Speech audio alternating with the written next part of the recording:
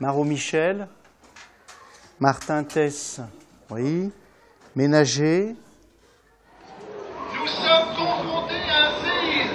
Il faut se mettre à l'abri. Nous sommes confrontés à un séisme. Il faut se mettre à l'abri. Les enfants.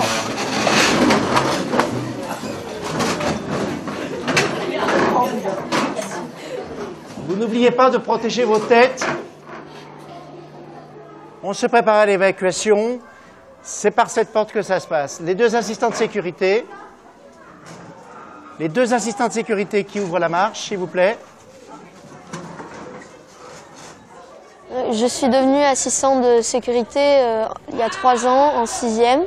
Donc je me suis portée volontaire et j'ai été choisie avec 5 autres de mes camarades.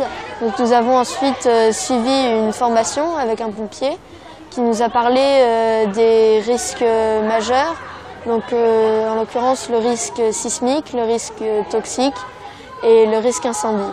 Nous étions ensuite chargés de restituer ces informations à nos camarades après la formation.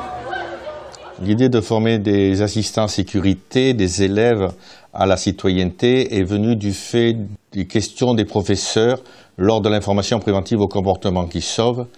Lorsqu'on a commencé à poser les problèmes auxquels ils risquent d'être confrontés, ils ont dit « mais nous avons 30 élèves, comment fait-on » Là est née la formation de la maternelle à la faculté.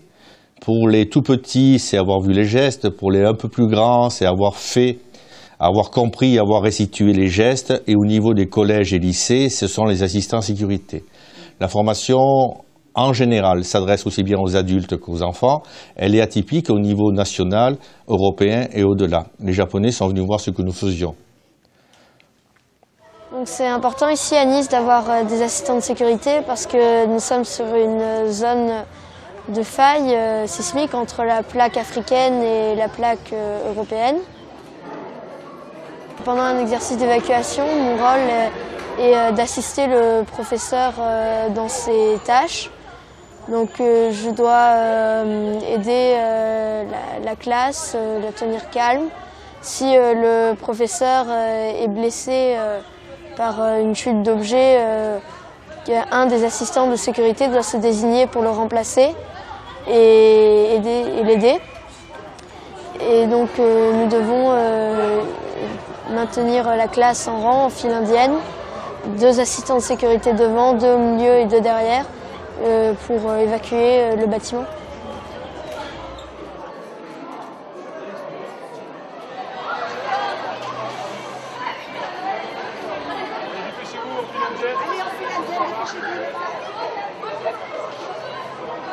Une fois en dehors du bâtiment, on doit se rassembler au point de rassemblement. On doit toujours marcher en file indienne et ne pas crier ni parler. On doit s'éloigner le plus possible des bâtiments au cas où ils s'écrouleraient en cas de nouvelles secousses.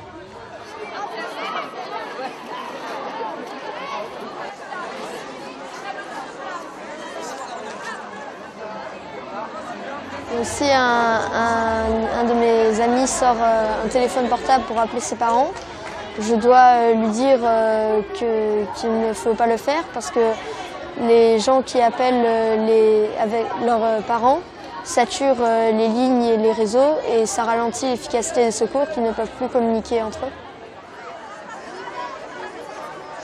Les conseils que je donnerai pour réussir une bonne évacuation sont de ne pas paniquer, de garder son sang-froid, d'écouter les consignes du professeur, de ne pas aller vite et surtout de réfléchir avant d'agir et de ne pas foncer sans penser à ce que l'on va faire.